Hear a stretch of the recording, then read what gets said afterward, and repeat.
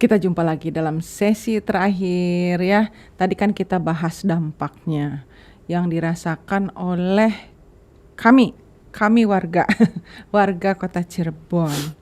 Nah, sekarang kira-kira nih ya, setelah tadi curhat-curhat kita seperti tadi, Mas Sae, apa nih kira-kira usulan solusi-solusinya? Usulan solusi. Yang pertama itu jalan tidak bisa, solusinya tidak bisa dilakukan sendiri oleh pemerintah Kota Cirebon karena ada titik akses ya. Maka harus ada koordinasi dengan Provinsi Jawa Barat yang memiliki kewenangan juga untuk memelihara, membangun ya, membuat akses ya untuk jalan-jalan provinsi yang melintas Kota Cirebon, termasuk jalan nasional ya. Nah, itu yang tadi Bu Dokter bilang bahwa masyarakat harus tahu ini jalan provinsi, jalan nasional atau jalan kota. Nah, maka solusinya harus ada sinergi tuh.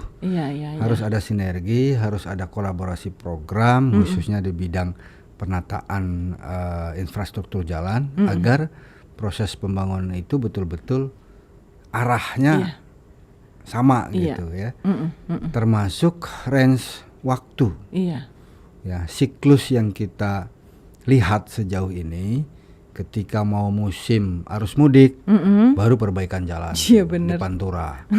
Ketika selesai musim hujan jalan berlubang baru diperbaiki ya. Jadi nunggu rusak banget nah gitu.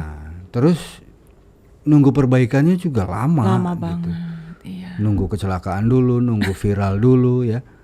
Maka yang kedua adalah responsif. Responsif ini ya perlu instrumen. Instrumen yang digunakan, apakah perlu membentuk tim quick response ya? Ya, walaupun program-program pemerintah sebelumnya juga begitu gembar-gembornya. Quick response, penanggulangan jalan rusak ya. Ya mungkin di beberapa wilayah di Provinsi Jawa Barat terrealisir, tapi di wilayah kota ya jangankan quick response gitu ya, kadang-kadang dibiarkan berlarut-larut. Baru diperbaiki itu ketika sudah ada yang nanam pohon pohon pisang yang sudah bikin parodi mancing di genangan air. Kan nggak perlu menunggu itu harusnya. Jadi quick response ini menjadi penting ya. Ya banyak juga yang tahu kalau di lingkungan sekitar perkantoran dinas juga jalan rusak dibiarin begitu saja. Iya gitu. Benar. Kenapa ya? Aduh, kita mau lewat ke sana kok jalannya aduh becek banget gitu. Kalau sekarang musim hujan udah gitu jadi kolam-kolam. Dan tambal sulam apa adanya gitu. Iya benar. Ya, menurut saya sebagai pengguna jalan, tambal sulamnya itu tidak memenuhi standar gitu. Iya. Benar. Karena menyisakan kerikil-kerikil yang kemudian kena air langsung hilang lagi. Iya. Aspalnya copot lagi. Betul. Jadi hanya beberapa minggu udah kelihatan berlubang lagi. Ya, nah ini saya kira perlu quick response ya.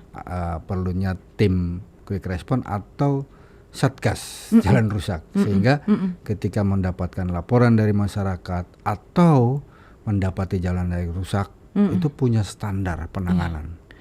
Iya. Punya standar penanganan. Tapi kalau sekarang sih kayaknya udah nggak bisa quick response dulu sih kayaknya sih. Kalau quick response itu kalau semuanya bagus, ada yang lubang, ada yang berlubang, langsung quick response. Kalau sekarang udah rata itunya, rusaknya. Rusaknya udah rata. Rusaknya sudah rata. Jadi kayaknya harus ada perbaikan besar-besaran dulu gitu. Besar-besaran baru ada itu. Ya mungkin karena akibat faktor banjir kemarin ya. Iya, tapi kan nggak semua banjir, Mas. Ya, betul. Iya.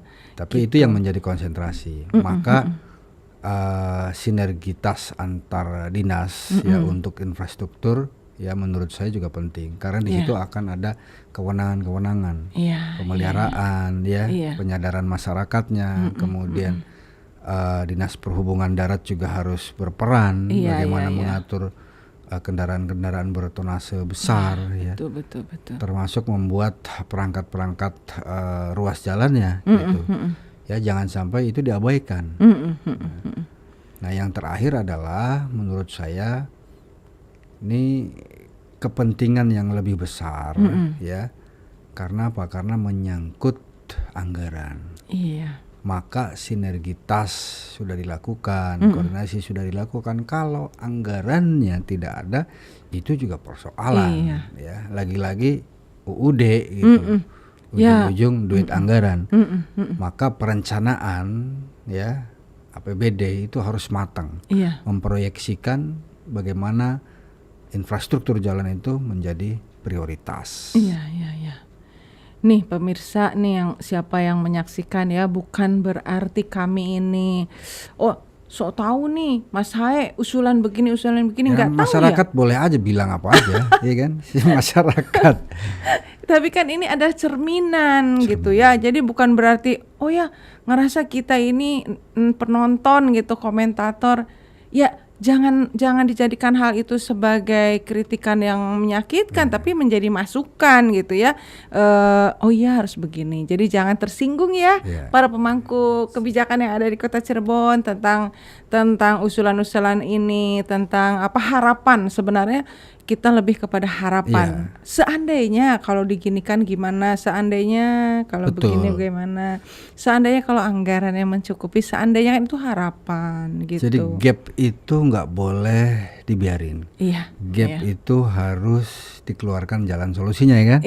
Maka yang berisik-berisik ini ya, kita yang berani komentar-komentar ya berbagilah juga alternatif solusinya gitu. Iya. Jadi bukan bermaksud gimana gitu ya Mas ya.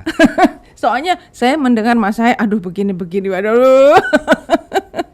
Tapi kan nggak apa-apa, kita kan masyarakat, jadi harus menjadi masukan. Jadi jangan tersinggung, jangan marah gitu ya. Ini adalah usulan-usulan dari masyarakat yang diwakili oleh kami gitu. Dan saya kira di luaran ya sama dan kita kan ucapan-ucapannya. Coba kalau begini, coba kalau begitu kan. Lebih gitu. Pedas parodi konten kreator loh ya. Iya, lebih pedas.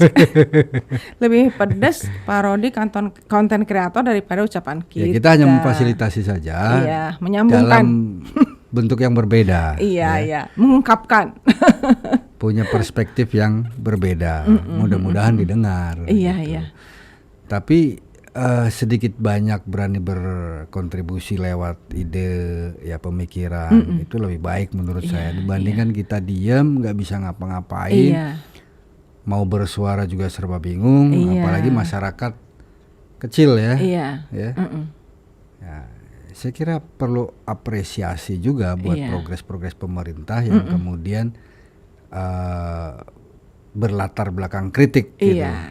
Tapi nggak boleh keterusan, jangan sampai kemudian progres pembangunan berjalan karena selalu dikritik gitu. Jangan gitu. Ketika tidak dikritik mandek.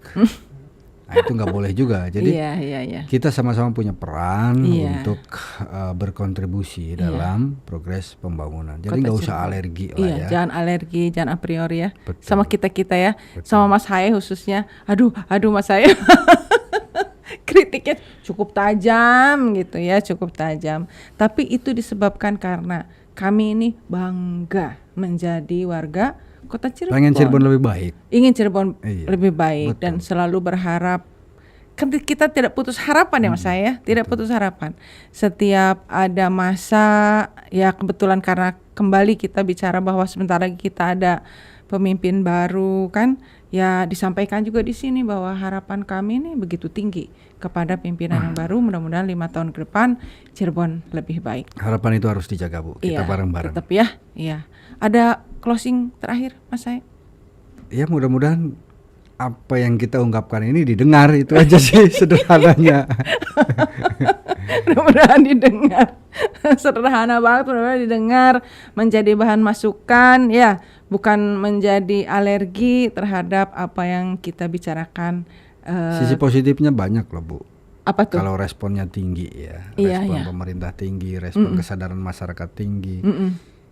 Sehingga respon untuk bayar pajak juga tinggi. Ya kan? Karena ada keinginan ingin supaya kotanya lebih baik gitu ya. Betul. Kesadaran muncul, keinginan terlibat dalam proses pembangunan juga muncul. Maka dengan sendirinya tuh kesadaran bayar pajak tuh nggak perlu dioprek-oprek lagi. Iya, nggak usah diuprak-uprak. Betul. Harus. Baiklah, sebenarnya masih pengen ngobrol, tapi sepertinya kita harus sudahi obrolan kita malam ini. Tentu berharap agar Kota Cirebon selalu lebih baik ke depannya ya. Kita akan bertemu lagi di episode lain di podcast Berisik. Berbagi solusi untuk publik. Assalamualaikum warahmatullahi wabarakatuh.